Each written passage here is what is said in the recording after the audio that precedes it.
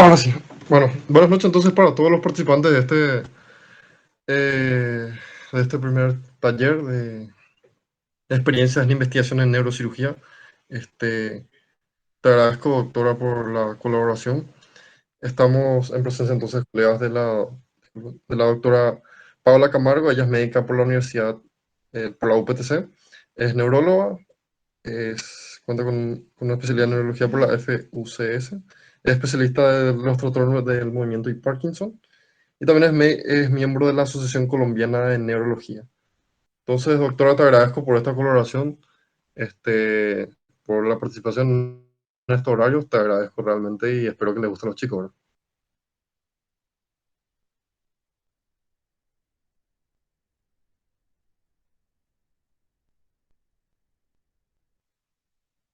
Está mudo, doctora, no lo estamos escuchando. Algo. ¿Ya? ¿Ahora sí? ¿Ya me escuché? Sí, doctora, ahora sí, perfecto. Entonces, bueno, les decía que yo me encuentro en este momento acá en Bogotá, que muchas gracias por la invitación, por dejarme compartir mis experiencias con ustedes.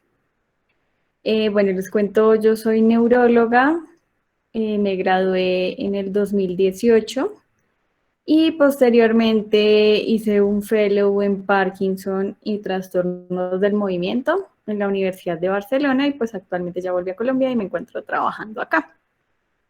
Entonces esta noche les quiero compartir, pues digamos que algunos casos interesantes que vi en la universidad y, y pues que digamos experiencias importantes que he tenido. Les quiero empezar por contar un caso, digamos que es un caso de un paciente que me impactó por lo que digamos que me llamó mucho la atención la parte de Parkinson y trastornos del movimiento, como para hacerles una introducción.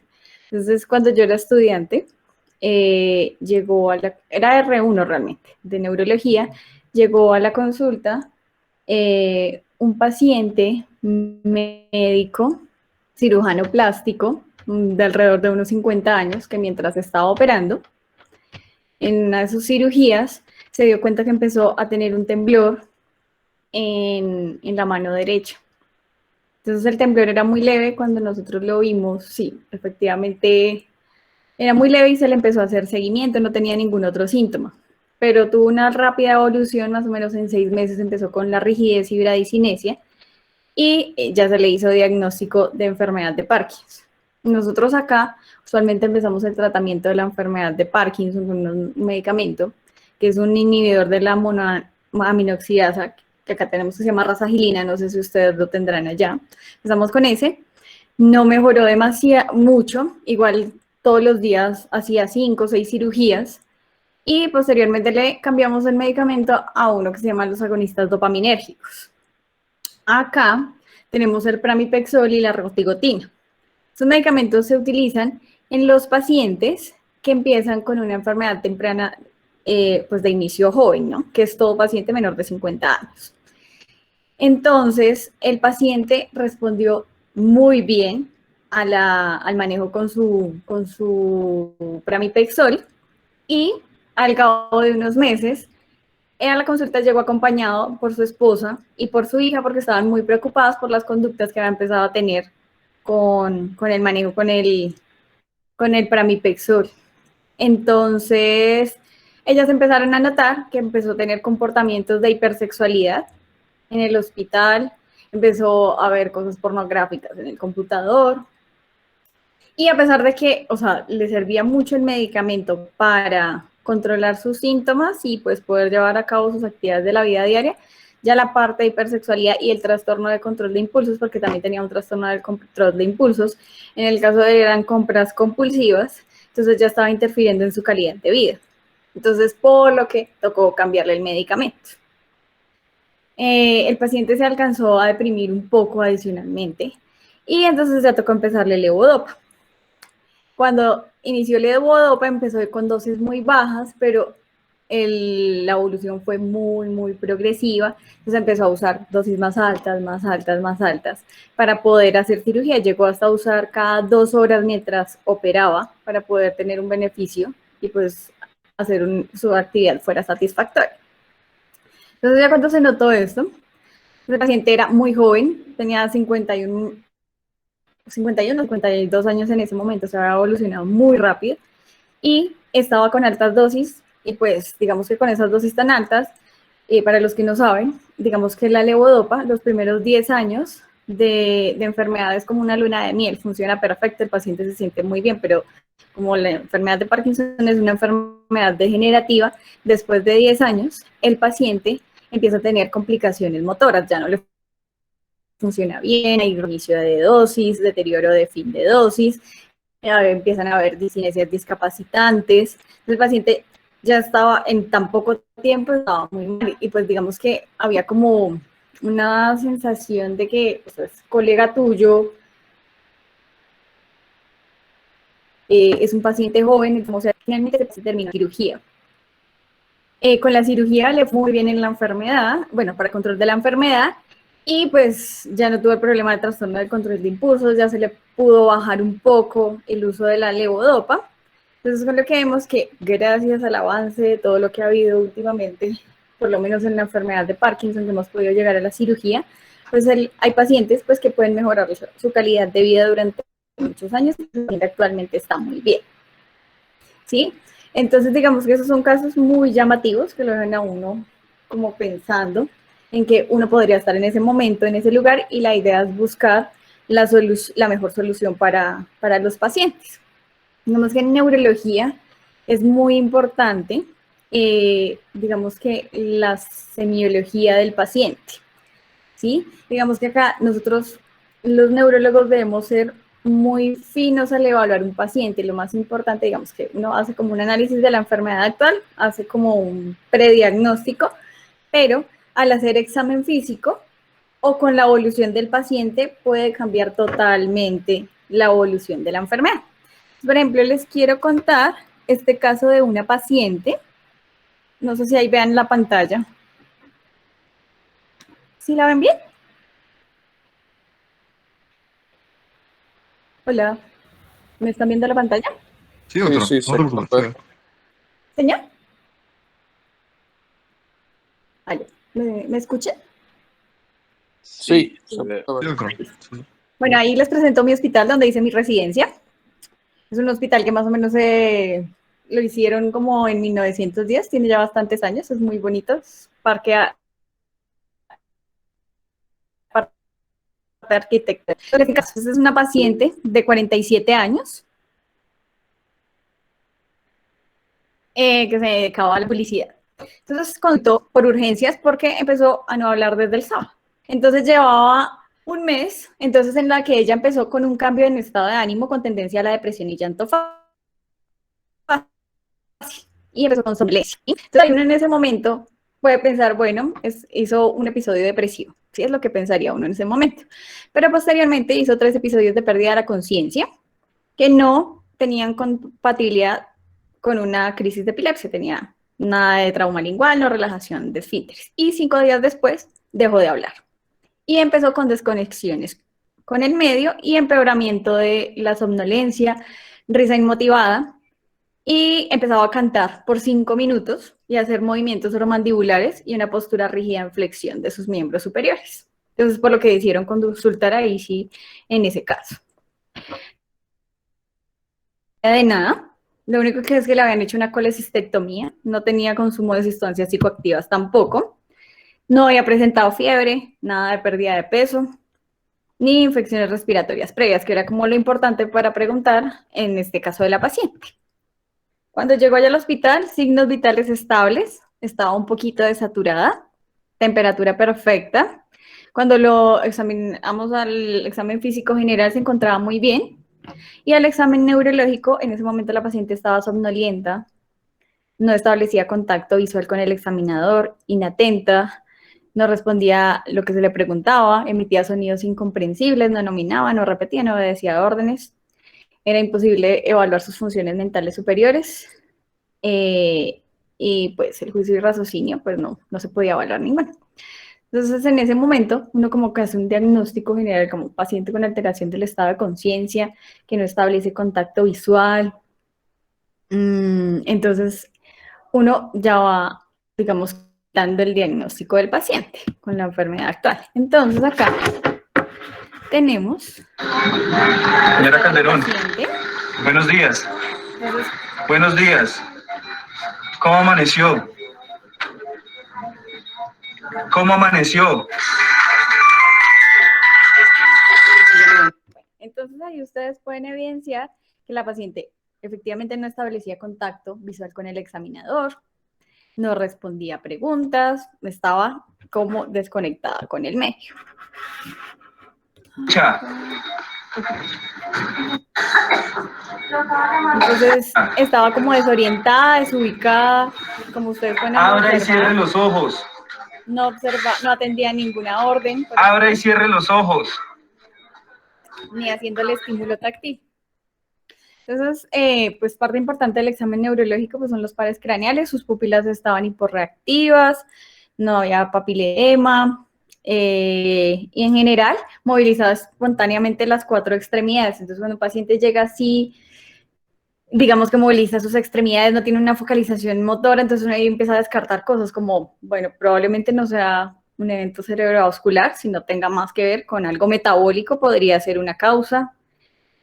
Un estado epiléptico no convulsivo es la otra que uno podría pensar. Los reflejos, tenía hiperreflexia en los miembros inferiores. En la sensibilidad simplemente retiraba el dolor. Entonces tenía unos signos claves que uno siempre tiene que buscar en un paciente con alteración del estado de conciencia. Entonces, paciente con la alteración del estado de conciencia, así no haya hecho fiebre, uno siempre debe pensar en que no esté haciendo una meningitis, porque es un evento, digamos que este no fue tan agudo porque pues ya un mes, pero pues los últimos días había empeorado. Entonces encontramos la hiperestesia ocular, el dolor a la movilización cervical y acá en ella hay algo muy bonito que semiológicamente se veía la raya meningia o signo de Trousseau, que es que ustedes van a palpar el abdomen del paciente y ahí queda marcada su, digamos que queda marcado lo que ustedes pongan. Entonces y tenía además un Babinski derecho, tenía un palmo mentoniano, tenía un reflejo de prensión palmar. Entonces cuando uno mira esta respuesta plantar extensora derecha Babinski, uno piensa en que tiene algo, está comprometiendo algo piramidal, y los reflejos de prensión palmar y bilateral y palmo mentoniano, entonces nos refleja que son reflejos patológicos que no aparecen, entonces que está comprometido el lóbulo frontal. Entonces, como ustedes van viendo, uno va pensando, va ubicando, ¿sí? Varias cosas, pero esta señora no se ubicaba nada específico en una región del cerebro, sino habían varias partes. Entonces, lo que les decía del signo de Trousseau, entonces les hacen la lineecita encima del abdomen de la paciente y queda marcado como si uno se hubiera arañado, pero sin hacerle fuerza ni nada. Y acá quiero que cómo estaba la hiperreflexia de ella. Entonces ahí pueden observar la hiperreflexia.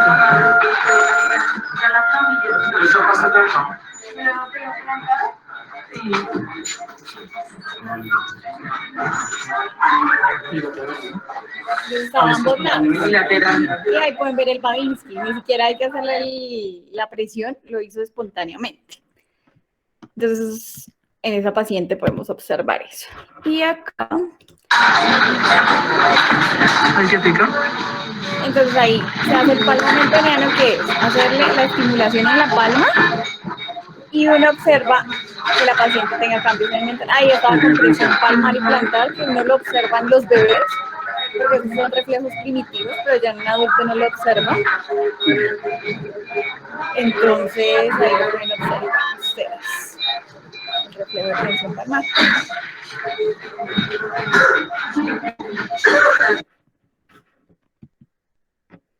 Entonces, ¿qué análisis hicimos en ese momento? Entonces, paciente con un cuadro progresivo de cambios en el comportamiento, afecto, patrón del sueño, alteración del estado de conciencia, tenía compromiso de funciones mentales en su examen neurológico, hiperreflexia, reflejos de liberación frontal, que fueron todos los que les expliqué previamente.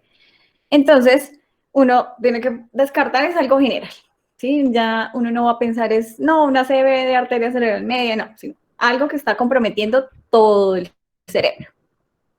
Entonces nosotros usualmente, ¿qué hay de importante en neurología? Nosotros hacemos un diagnóstico sindromático topográfico que nos lleva hacia el diagnóstico etiológico.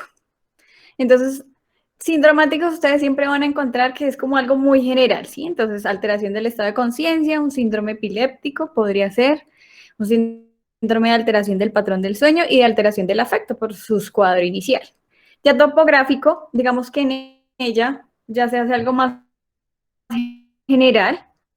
Entonces, el sistema de corteza frontal, por los reflejos primitivos que encontramos, el sistema límbico por los cambios de comportamiento y panencefálico, pues por el resto. Entonces, digamos que acá, pues de una vez dejamos un diagnóstico que era una encefalitis límbica autoinmune versus paraneoplásica y una epilepsia focal sintomática. Pero ¿por qué se llegó a ese diagnóstico? Entonces, digamos que inicialmente uno piensa, bueno, tiene una probable meningitis. Pero entonces, ¿qué nos descarta que sea tan aguda? Bueno, ya después ya les voy a mostrar los paraclínicos, pero, o sea, que lleve 30 días, que haya tenido cambios del comportamiento, que no tenga fiebre, ¿sí? Entonces nos descarta como que estuviera haciendo una encefalitis viral o meningia, porque ustedes saben que cuando uno tiene esas encefalitis virales o meningias, pues su característica es la alteración del estado de conciencia más la fiebre y la evolución es muy rápida, es una evolución aguda, 3, 4, 5 días, y el paciente tiene a empeorar. Entonces, una cosa importante, pues los leucocitos fueron empeorando a lo largo del día, pues su función renal estaba bien, entonces paciente que llegue con esto, pues recordar siempre hay que hacerle una punción lumbar. En ella nuestra punción lumbar pues se encontraba que estaba con una leucocitosis a expensas de los linfocitos, entonces uno ya dice, bueno, esto puede ser más viral, pero pues por la evolución, ¿no? Entonces nos quedan que sea o una paraneoplásica o cualquier otra cosa. Bueno, el resto de paraclínicos, que es lo que quería mostrar. Acá, ¿qué pasa en estas imágenes? Las imágenes se le tomó un TAC, que no se veía ninguna alteración, pero ya en la resonancia veíamos que a nivel de los núcleos, del núcleo caudado, del globo pálido interno, globo pálido externo, entonces ya encontramos una hiperintensidad bilateral. Digamos que si nos echara de un evento cerebrovascular, recordar siempre que siempre es, o sea, es muy raro que sea bilateral, siempre es derecho o izquierdo. Cuando es algo que promete en generar la corteza, entonces pues puede ser bilateral en el caso de esta encefalitis de hecho. Y como vemos acá, en la difusión no había restricción. Eso significa que cuando uno tiene un evento cerebrovascular o cuando tiene un tipo de infección como un absceso, esto tiende a iluminar esta secuencia también, pero acá ya no iluminaba. Acá podemos observar otras, no sé si ven mi mouse, sí. Otra zona a nivel del mesencéfalo, que acá lo vemos muy bien pintadito, muy bien hiperintenso, ¿sí? Entonces, ella tenía afectación en esta parte, en los núcleos de la base. Entonces, digamos que no es como muy homogéneo en una parte específica. Con el medio de contraste, pues veíamos que tampoco realza con el medio de contraste, que es lo que yo les decía, digamos que si hay una restricción o cualquier otra cosa, entonces tiende a resaltar con el medio de contraste. ¿Sí? Entonces, ¿por qué se pensó en una paraneoplásica? Porque el paciente que transcurra así, pues hay que pensar. Entonces se le hace todo tipo de imágenes para buscar otros cánceres, ¿sí? La paciente tendió a empeorar, ahí ya empezó a hacer fiebre después de un tiempo, se le hizo plasmaféresis hasta que llegó a soporte ventilatorio. Entonces, la evolución fue muy rápida después de esos 5 días, donde se pueden observar la paciente ya estaba intubada. Pues ahí estamos mirando los cefalógiros. Entonces es importante ver ese reflejo porque digamos que como ya no nos responde ni siquiera y está intubada, pues toca evaluar esa parte. Las pupilas estaban... Entonces, bueno, ahí como lo dice mi compañero, entonces está sedado, entonces uno usualmente cuando ve un paciente sedado no se debe dejar sesgar si las pupilas son puntiformes porque por la misma medicación lo van a encontrar así. Entonces, eso es en general. Entonces, eso fue lo que pasó con la paciente. Finalmente, pues, la paciente tuvo pues una evolución tórpida. ¿Qué pasa con esto? Entonces, bueno, esta diapositiva sí es importante como para terminar. Cuando uno piensa en una encefalitis límbica, sí, hay que descartar otras cosas, entonces que no tenga una encefalopatía metabólica. Ustedes siempre tienen que mirar, el paciente estaba consumiendo drogas, el paciente tiene una alteración electrolítica, el paciente consumía alcohol, porque a veces el síndrome de Wernicke-Korsakoff, que es el relacionado al alcohol, da como una demencia o como una alteración del estado de conciencia y genera la hiperintensidad en las mismas partes que lo observamos en esa resonancia. Desórdenes psiquiátricos, porque a veces, por ejemplo, pacientes con esquizofrenia, depresión y eso, pues no es lo usual que terminen intubados y eso, pero sí pueden empezar con cosas muy similares. Infecciones, pues descartar una encefalitis por herpes simple, otras por enterovirus, inflamaciones, bueno, y la causa, bueno, degenerativa que tenga un Alzheimer, pero uno pensaría más en un adulto mayor, una demencia por cuerpos de Lewy también, o una demencia vascular, digamos que no se parece tanto, pero pues hay que tenerlo en cuenta como un diagnóstico diferencial.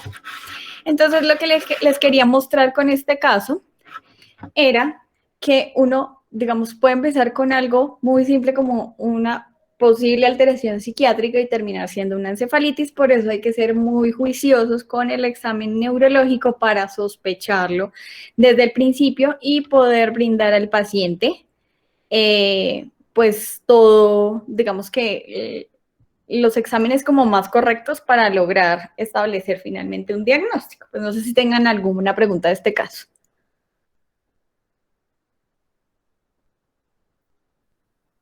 O seguimos con el otro.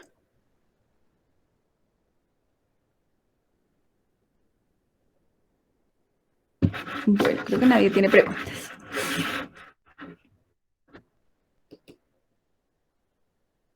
Otro que les quiero mostrar, ya cambiando como hacia los trastornos del movimiento, que es el chico. Entonces, digamos que dentro de los trastornos del movimiento, el temblor es una causa muy frecuente de consulta, ¿sí? Entonces, el paciente llega con temblor y pues uno tiene que mirar si el paciente tiene, pues dependiendo de la edad y de las características del temblor, si el paciente pues puede tener un temblor esencial, un temblor por una enfermedad de Parkinson, un temblor inducido por drogas, un temblor vascular, cerebeloso, sí, son múltiples causas. Entonces les quise traer esta paciente, porque esta paciente consultó por temblor y fallas en la memoria. Entonces, esta señora también tuvo una evolución, bueno, ella sí es más crónica en varios años, entonces su enfermedad empezó a los 62 años, empezó con síntomas psiquiátricos, depresión, con alteraciones urinarias, estreñimiento y unos pequeños cambios en la memoria, ¿sí? Como que preguntaba las mismas cosas, conversaciones reiterativas, presentaba episodios de desorientación, pero después hay una cosa importante. Empezó con una disminución de la agilidad de la mano izquierda, se le dificultaba vestirse y el uso de los utensilios. Entonces, ya uno que piensa, bueno, un paciente que consultó por temblor, asociado a cambios de la memoria. Entonces uno puede decir, bueno, pudo haber empezado con una enfermedad de Parkinson, sí, pero a lo largo del tiempo, digamos que usualmente el paciente pues pierde la agilidad, pero digamos que la evolución de ella con su memoria y sus otros síntomas, digamos que no nos hacía pensar que no podía ser tanto una enfermedad de Parkinson. 2 años después empezó a hacer posturas distónicas con flexión en el brazo y los dedos de la mano izquierda. Entonces, sí, se le inició tratamiento con levodopa y la paciente no respondió al tratamiento. Entonces, una característica de los pacientes con parkinsonismos atípicos es la no respuesta al tratamiento con levodopa. El año siguiente empezó con mayor torpeza de la mano, sentía que no le obedecía la mano y pues su temblor. Y empezó con caídas. Entonces ahí ya nos dice más que efectivamente no es una enfermedad de Parkinson, sino es otra patología. Requería asistencia para sus actividades de la vida diaria, era hipertensa, tenía un síndrome depresivo, de antecedentes familiares, papá y hermana con demencia, Entonces ahí uno piensa, ¿será que es que está haciendo una demencia asociada con síntomas de parkinsonismo? ¿O es que empezó con un Parkinson y después hizo una demencia? ¿O si es un parkinsonismo atípico? Bueno, acá están sus medicamentos. Entonces, esto pues fue realizado en España, por eso tengo acá de una vez una imagen de onda SPECT. Entonces, esta es una imagen de resonancia funcional, en donde uno ve exactamente con unos marcadores las vías que están afectadas. Entonces, en este paciente se afectó la vía nigroestratal bilateral. Entonces, acá, usualmente, como ustedes si observan acá en lo que estoy acá señalando, debería verse más oscurito, ¿sí? Pero se ve como más pálido hacia una parte, debería verse amarillo oscuro, entonces se ve más pálido, entonces ahí es que se están midiendo los marcadores y el paciente no los está captando lo suficiente, quiere decir que está alterada esa vía nigroestrateal. Esta paciente, bueno, ahora les voy a mostrar, tenía, les voy a mostrar directamente con el video, más bien. Entonces, y les voy explicando.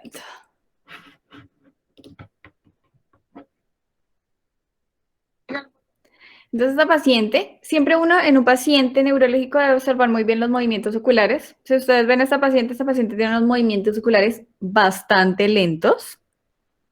¿Sí? Siempre hay que mirarles la mirada vertical porque hay patologías en donde no se puede hacer, hay una parálisis de la mirada vertical. Ella solo las tiene lentas. Entonces uno hace seguimiento ocular y sacadas como le está, acá uno le está dando la orden de que mire hacia arriba, hacia abajo, hacia los lados. Si ustedes observan, esta paciente era lo que acá hablábamos de la postura distónica de su brazo. Entonces, ella en ese momento ya sentía que ese brazo no le servía, no le obedecía para nada, y con el otro estaba empezando a tener dificultades para hacer las cosas. Entonces, como que uno le ordenaba que hiciera algo, que se tocara la nariz y estirara. Entonces, aparte de la lentificación de todos sus movimientos, se pueden observar que la paciente no logra hacerlo de manera adecuada, tiene una apraxia, se llama eso. Entonces, como que uno piensa lo que va a hacer la ideación, pero no logra realizarla. Eso, otra vez.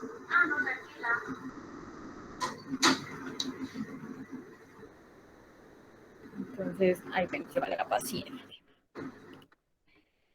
Para la parte de movimientos de miembros inferiores también los tenía muy afectados.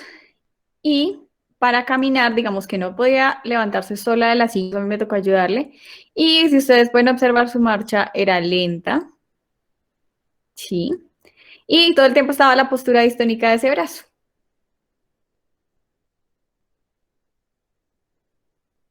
Entonces, ¿cómo lo pueden observar? Así. Esta parte, digamos que los reflejos posturales, la paciente los tenía totalmente alterados. Como pueden ver, solo con tocarla se iba hacia atrás. Así. Digamos ¿Cómo? que en esta parte yo le estaba diciendo a la paciente que cómo saludaba a un militar y se dificultaba bastante. Usted me ve por la calle y me dice hola, ¿cómo lo haría? Hola. Ajá. La parte para saludar pues no la tenía afectada. ¿Qué es esto? Acá con los ojos cerrados está evaluando la propiocepción para ver si logra identificar el objeto. Esto. Sí, sí, mirar. Parece algo de... Tóquelo bien.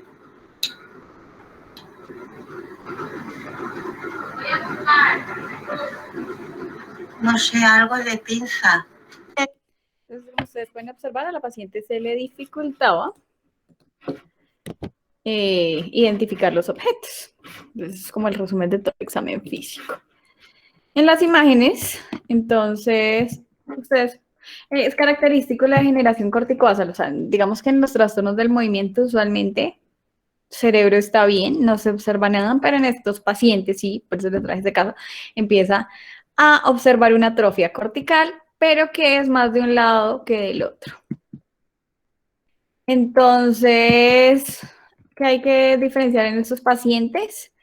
Pues que alteración de memoria más parkinsonismo, pues una degeneración corticobasal. Muy rara vez se puede sospechar que sea un Alzheimer, porque el Alzheimer usualmente no, digamos que no se asocia con apraxias, con la distonía de la mano, ni con los otros síntomas de parkinsonismo.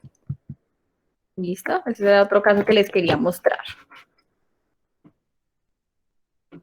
Y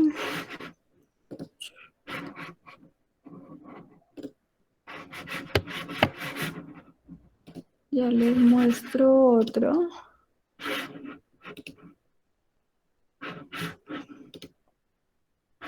Entonces, por ejemplo, quiero mostrarles con este otro. Oh, bueno. Bueno, este no es un caso. Bueno. Entonces, quiero mostrarles a un paciente cómo se ve un paciente de Parkinson sin medicación. Entonces, recordar que el Parkinson es una enfermedad neurodegenerativa que se caracteriza por tres principales cosas, que es que el paciente tiene bradicinesia, que es lentitud para los movimientos, que tiene temblor y que tiene rigidez. No en todos los casos el paciente con enfermedad de Parkinson tiene las tres cosas, bueno, y inestabilidad postural, que es la otra, no tiene todas las características, pero sí siempre tiene que tener la rigidez y la bradicinesia. El temblor puede o no puede estar. Entonces, digamos que un paciente será un paciente ya avanzado, entonces quiero mostrarles cómo usualmente se ve un paciente con enfermedad avanzada sin medicación, para que se hagan una En idea. estos momentos, Muy malo. ¿por qué? Estoy agarrotado. Como ustedes pueden observar, el paciente no se podía mover absolutamente nada. Es un paciente que más o menos tenía una evolución de unos 12 años de enfermedad de Parkinson, que su Parkinson era sobre todo rigidez, bradicinesia y un poco de temblor, por lo que ustedes ven que el temblor es muy poquito, las posturas, pero si pueden observar, comparando con mi mano, no podía hacer, digamos que el medio cuerpo derecho era el más afectado. No podía hacer casi movimientos, estaba totalmente bradicinético. Entonces, quiero observarles cómo mira uno que un paciente, pues, digamos, para hacer un test de levodopa para ver si el paciente responde bien al medicamento y sospechamos que está haciendo, pues, su enfermedad de Parkinson. Esto es con una tableta de levodopa de 250 miligramos. Entonces, esto es, uno evalúa a los 20 minutos, a la media hora, a las 2 horas. Entonces, ¿qué es importante? Quiero que observen los pies del paciente. Entonces, cuando uno observa en ese, digamos que cuando está tomando el medicamento, siempre hay que preguntarle al paciente, ¿tiene usted temblor o tiene unos movimientos coreicos? Si quiere, se los vuelvo a poner para que lo observen, que es diferente al temblorcito leve que tenía, que estos son como danzantes. Entonces, uno siempre tiene que diferenciar, porque cuando uno está haciendo ajuste de medicamentos, es súper necesario diferenciar entre unas discinesias de un temblor. Entonces, ustedes pueden observar ya que el paciente mejoró, digamos que su expresión facial, los movimientos de las manos, entonces ya lo podemos ver un poco más simétrico en ambos miembros superiores, ya está más ágil, ya vemos mejor movimiento de ambas manos. Digamos que la cara mejoró un poco la expresión facial, pues como él ya es un crónico, pues tampoco es que vaya a mejorar muchísimo la expresión, pero sí con respecto a cómo estaba sin medicación. El movimiento de las piernas también ustedes lo pueden observar, que mejoró completamente, se para solo de la silla. Usualmente los pacientes con Parkinson crónico no se pueden movilizar bien y la marcha mejora muchísimo. Eso es lo que podemos ver, que este paciente, pues a pesar de que es una paciente con una enfermedad crónica que sin medicamento está muy mal, responde muy bien a la medicación. Sería enseñarles eso, como se ve un paciente con su test de levodopa. Y ya algo más avanzado, bueno, ¿qué es? Ay, ¿qué es eso? Bueno, este es otro caso. Estos son casos más raros y esto es en niños, que también les quería mostrar porque me pareció interesante. Bueno, este inicia en la niñez, ya es una adulta. Entonces, esta mujer consultó con sus 26 años, pero desde la infancia le hicieron un diagnóstico de una hemiplegia alternante de la infancia, asociada a distonías. Entonces ella empezó al mes de vida con su hemiplegia alternante. Entonces le recuerdo, la hemiplegia alternante es una enfermedad genética por la alteración en este gen ATP1A3, que se caracteriza porque tiene episodios fluctuantes en los que hay como una pérdida de la fuerza de distonía. Usualmente los neuropediatras usan tratamiento con flunaricina y los niños tienen muy buena, bueno, algunos tienen buena respuesta, ella no tuvo tan buena respuesta, le pusieron sinaricina, entonces ya con este sí respondió bien, comenzó a hablar, caminó a los 3 años, le hicieron estimulación temprana. Y asociada en esta enfermedad, los pacientes presentan crisis de epilepsia. Entonces tocó iniciarle fármacos antiepilépticos. Después se le diagnosticó un retraso del desarrollo y a los 12 años empezó a hacer sus distonías en el hemicuerpo derecho. Entonces, por un lado hace distonía, que es como la postura que tenía la señora de la degeneración corticobasal que les mostré, asociados a episodios de hemiplegia. Entonces, como si tuviera una ACV en un momento, por decirles así, por explicarles, pierde la fuerza y se cae. Y ella estaba en silla de ruedas. Benzodiazepina le ayudaba para controlar pues, la postura distónica, que eso genera dolor. Digamos que en pacientes como la señora de la generación corticobasal no lo notan por su demencia, pero en los niños sí. Entonces, incluso utilizaron cannabis a ver si la niña pues mejoraba, porque tenía muchos episodios en donde hacía distonía. Le duraban 10 minutos, cuando se relajaba mejoraban, y lo característico era que, por ejemplo, ella lo presentaba cuando veía al papá, le daba tanta emoción de ver al papá que presentaba los episodios. Se relacionaba con la parte hormonal, entonces con el periodo perimenstrual. Durante el sueño estos episodios no se presentan. Y la distonía tenía una característica que se intensificaba con el agua caliente y al caminar. Entonces, sus hermanos no tenían ningún antecedente, pues ella su epilepsia y dolores de cabeza, sus medicamentos. Entonces, lo importante que quería mostrarles era el video de cómo presentó una crisis. Entonces, ahí está la niña, posturas distónicas de los dedos, y ven que hace como una hiperextensión de los dedos. Entonces, ahí ustedes pueden observar que está intentando seguir órdenes de tocar prueba de dedo nariz. Entonces se le dificulta, tiene un poquito de ataxia ahí, de dismetría. Entonces después se le pidió que... Entonces digamos que por su retraso del desarrollo, pues no lograba seguir muy bien las órdenes.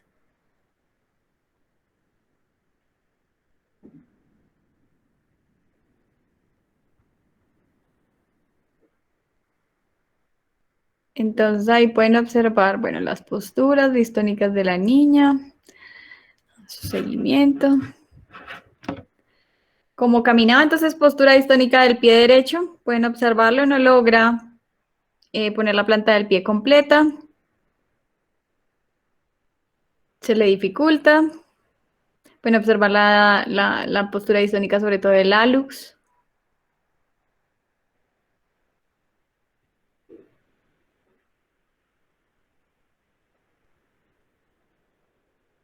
Y ahorita vamos a observar. Ahí es cuando presenta el episodio de la hemiplegia. Entonces la teníamos en distonía y de un momento a otro pierde la fuerza de todo su cuerpo. Entonces ya no está, o sea, digamos, ya, si ven que ya no tiene las posturas distónicas de las manos, sino está flácida. Entonces ahí está haciendo la hemiplegia. Entonces, como ustedes observan, la doctora ahí le está elevando el brazo y no lo puede sostener, a pesar de que ahorita estaba perfecta y lo sostenía. Entonces, estaba afectado su lado derecho del cuerpo. Y entonces afecta un poco sus reflejos posturales.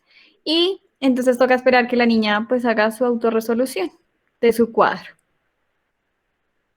Entonces, si observan que la mano cae, o si no tiene absolutamente nada de fuerza. ¿Cómo estás? ¿Bien? ¿Puedes hablar o no? ¿No? Entonces quería que observaran cómo se caracteriza. Entonces a estos niños, como importante, siempre hay que hacerles una polisomnografía, un electroencefalograma y bueno, ya pues se podía hacer otros exámenes pues que acá en Latinoamérica es más difícil hacer. Y por último les quiero mostrar este caso, que es de un paciente de un Parkinson avanzado, que pues les quiero contar como su cuadro. Él pues ya lleva del 96 al 2000, bueno, lleva varios años. 96 empezó con rigidez, asociado a una postura en flexión de ambos dedos de los pies, o sea, desde el principio tenía como unas posturas distónicas, luego empezó a cambiar la cara, el arrastre del pie, y ahí le hicieron diagnóstico de la enfermedad de Parkinson por la rigidez, la bradicinesia, y le iniciaron levodopa. Luego persistió con el trastorno para la marcha, y luego hizo un episodio psicótico y unos cuadros de disinesia. Disinesias son los que le mostré en el paciente con el test de levodopa. Y el siguiente año, por las posturas distónicas, bueno, ahí se operó en el 2015 para unos episodios de clonías que hizo con la estimulación cerebral. Se le inició Keppra, que es levetiracetam, y entonces ya empezó con una distonía dolorosa del miembro inferior izquierdo. Entonces, digamos que, ¿cuáles son las características para que un paciente sea operado? Entonces, que ya tenga una enfermedad de Parkinson avanzada, que no tenga, o sea, que estemos seguros de que es enfermedad de Parkinson, que no tenga deterioro cognitivo, que empiece a hacer lo que es este paciente en el 2012, que eran las fluctuaciones motoras, que entonces lo que les decía, retraso de inicio de dosis, deterioro de fin de dosis, que haga NONS, o sea, que no empiece a hacer el efecto medicamento, que tenga múltiples medicamentos, que tenga disinesias incontrolables. Y digamos que el hecho de que uno haga cirugía en el paciente, pues no quiere decir que vaya a controlar completamente los síntomas, entonces podría presentar como este paciente una distonía dolorosa. Este paciente pues tenía una neuropatía adicional, pues tenía múltiples medicamentos, como pueden observar. Y quiero mostrarles los videos del paciente. Entonces, para que vean la postura distónica que hizo después de la cirugía de la enfermedad de Parkinson. Entonces, controlaba muy bien otros síntomas, pero realmente hacía posturas distónicas, que era lo que más le molestaba al paciente. Entonces, como ustedes lo pueden observar ahí. Bueno, entonces, no tiene temblor, o sea, esa parte está controlada. El temblor es muy leve y no le incapacita. Digamos que tampoco está tan lento realmente. Ustedes lo ven, que relativamente puede mover sus brazos sin problema y lo puede explicar. Digamos que para este no tiene tanta agilidad, pero pues digamos que no está tan afectado como los otros pacientes que ustedes vieron previamente, que no lo podían hacer muy bien. Pero sí quiero que observen la marcha de este paciente. Es para pararse de la silla sin problema. Pero su motivo de consulta es que tenía una distonía severa del miembro superior izquierdo. Perdón, miembro inferior izquierdo. Listo. Quiero que observen este paciente con el estimulador cerebral apagado. ¿Qué es este? Sí. Es para que vean la diferencia del paciente antes de operarse. Digamos que uno le apaga el estimulador ahí y ahí puede observar los cambios. Como siempre, uno revisa movimientos oculares. Vamos a pasarlos. Pero si ustedes observan ya acá, el paciente se le dificulta ya más para hacer todas las cosas. Vemos que se está con su... Digamos que ya no es tan ágil para hacer los movimientos.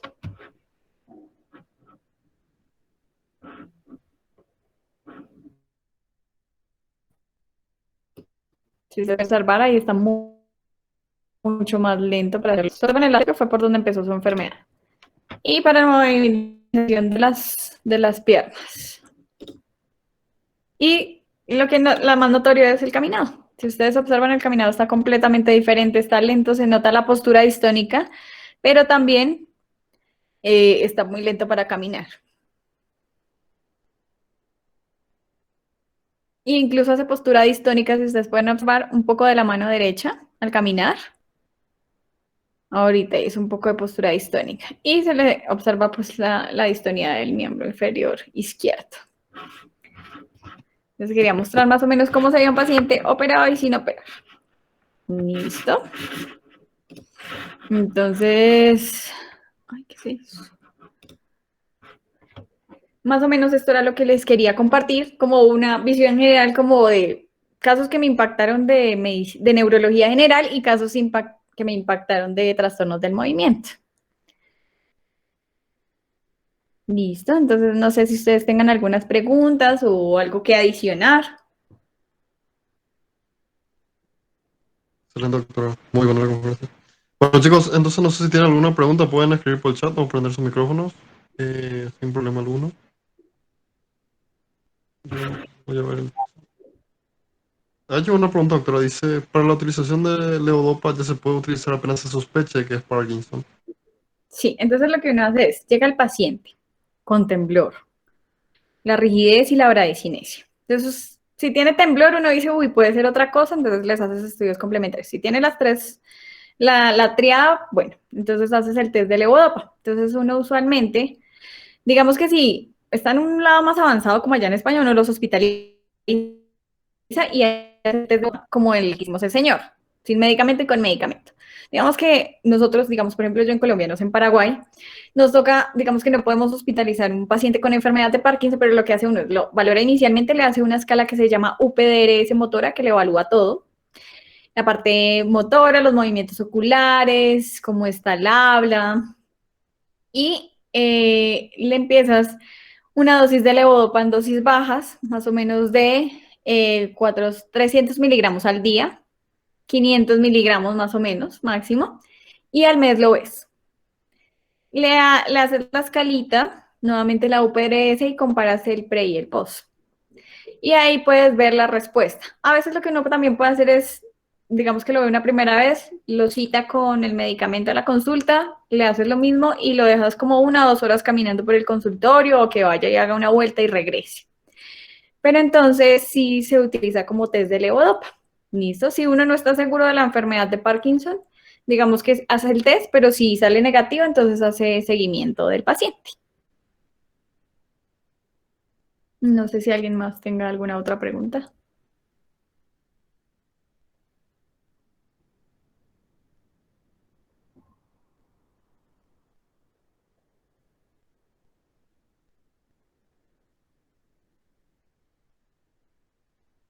Bueno, esta pregunta que dicen acá en la dosis, en los niños la dosis es menor al de los adultos, por más que la solución sea mayor. Digamos que es muy raro que haya un Parkinson juvenil, entonces pues hay que diferenciar. Entonces, la enfermedad de Parkinson clásico empieza más o menos después de los 55, 60 años. Parkinson de inicio temprano es de los 20 a los 50 años, antes de los 50 años. Y Parkinsonismo juvenil es antes de los 20 años. Entonces, digamos que en los niños todo se hace realmente por peso. No se tiene, digamos que a medida que vaya evolucionando, digamos que los niños responden inicialmente muy bien con dosis muy bajas, a diferencia pues de los adultos, que ya en un adulto ya sabe que empieza mínimo con 300 miligramos al día. Incluso a veces se requiere hasta 600 miligramos para ver respuesta del paciente. Entonces sí es diferente, pero digamos que es por el tamaño del niño, pues por el peso.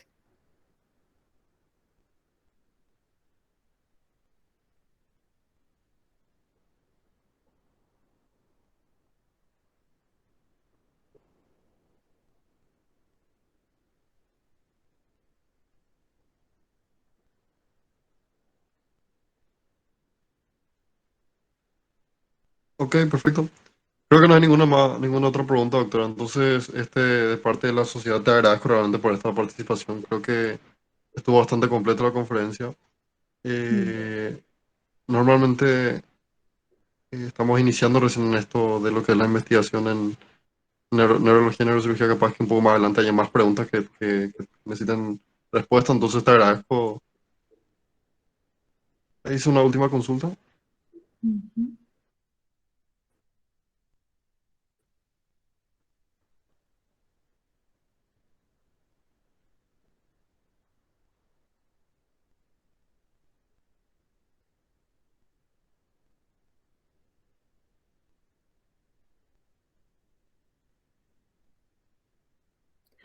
Bueno, digamos que depende, ¿sí? Entonces en la epilepsia, bueno, la pregunta fue, perdón, que no les leía todo. Si una persona tiene epilepsia, sus hermanos pueden ser propensos a padecerla. Entonces están las epilepsias primarias y están generalizadas y están las epilepsias focales, ¿sí? Digamos que si es una epilepsia focal estructural, que es cuando uno tiene una lesión intracerebral, no hay ninguna relación que los hermanos puedan padecer la patología, porque si, no sé, nací con un tumor cerebral, tengo un aneurisma cerebral, tuve una hemorragia cerebral, tuve una ACV, entonces pues digamos que no tienen ninguna relación. Cuando son epilepsias primarias generalizadas, digamos que el riesgo de heredarlo viene de los padres. Entonces, si la mamá, digamos, presenta epilepsia y el papá no, entonces siempre que uno tiene una enfermedad que puede ser hereditaria, siempre hay un 50% de probabilidad de que cada hijo pueda tenerla, ¿sí? Entonces, digamos que no es tanto el riesgo de que si mi hermano tiene epilepsia yo puedo tenerla, sino si mis papás tienen, yo tengo un 50% de probabilidad de tenerla en algún momento. Entonces, es más por esa parte. Bueno, acá Laura pregunta, ¿cuándo es necesario solicitar una polisomnografía? Entonces, la polisomnografía, ¿para qué nos sirve? Entonces, nos sirve para descartar una apnea del sueño. Entonces, por ejemplo, ¿cómo lo usamos en neurología? Un paciente que consulta por cefalea, que nos dice que en las noches ronca, que su esposa o su esposo notan que deja respirar por segundos y que presenta esos dolores de cabeza en la mañana. Entonces, uno dice, hay que descartar una apnea del sueño y pide la polisomnografía. Otra cosa importante de la polisomnografía es que nos puede ayudar a descartar trastornos del sueño REM. Recordar que los trastornos del sueño REM, pues es de esa parte de, bueno, lo que los pacientes tienen, bueno, la característica de los pacientes es que durante ese ciclo del sueño, del ciclo REM, entonces los pacientes pueden presentar movimientos involuntarios, pueden hablar solos, pueden vivir las pesadillas, entonces el familiar se va a quejar, no, es que mi esposo se la pasa golpeándome. Entonces uno tiene la indicación cuando sospecha que es ese trastorno del sueño REM.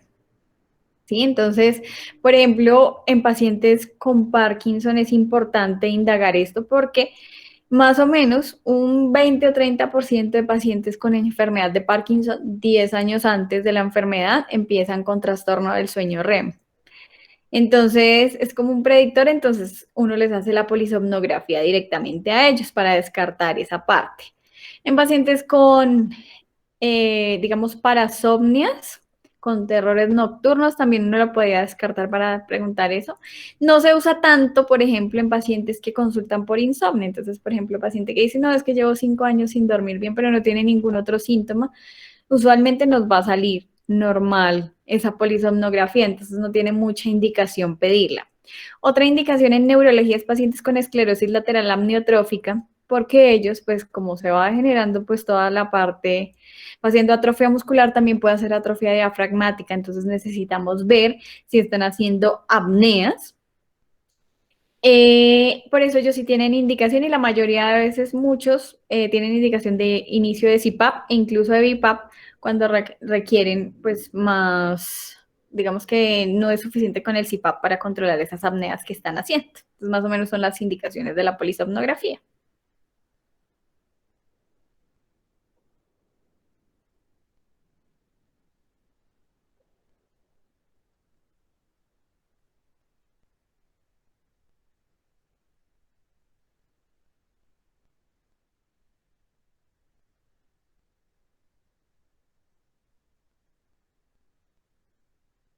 Bueno, no sé si alguno más tenga alguna pregunta.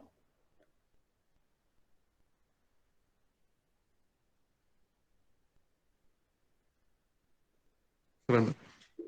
Creo que no hay más preguntas entonces, doctora. Si te parece, Bu- podemos ir cerrando nomás directamente en la transmisión.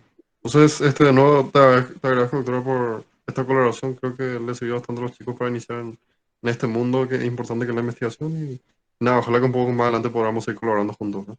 Bueno, muchísimas gracias a ustedes por invitarme. Espero verlos pronto. Que Excelente, estén muy doctora. bueno. Igualmente, que pasen muy bien. Bueno, Buenas hasta noches. luego. Buenas noches.